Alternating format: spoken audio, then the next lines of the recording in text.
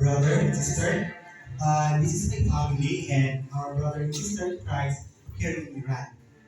We come to worship in our house because more and more Christians are in prison because of our beliefs.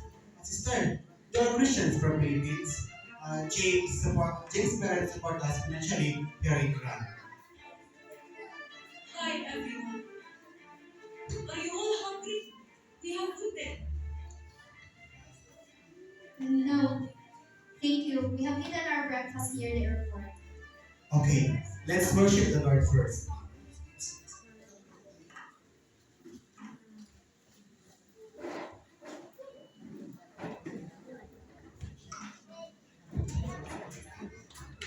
Let us worship the Lord in hymns.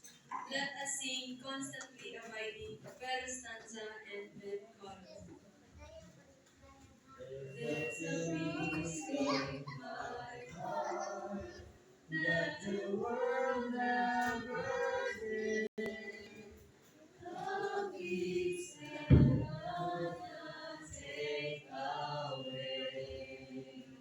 Though the trials of life may surround like a cloud, the peace that has come there to stay. Constantly abiding, Jesus is mine.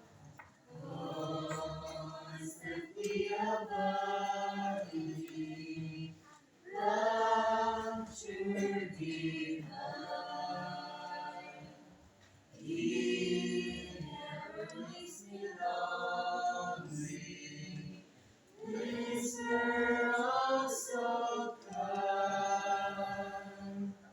I will never leave thee.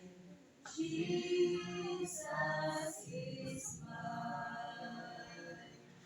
Now let us hear the word of God to be given by Pastor Arthur. Let us read the word of God first.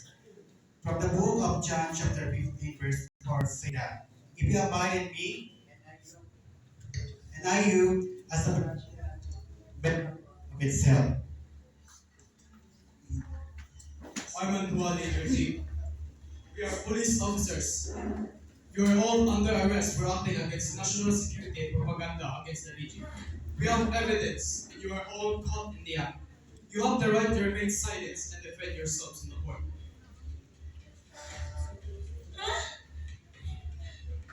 Dili!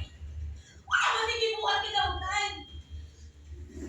Sabi dyan sa dunya sa St. John, mag-ampo lang ta. Ayaw mo naman na. Naikabigan ng Diyos.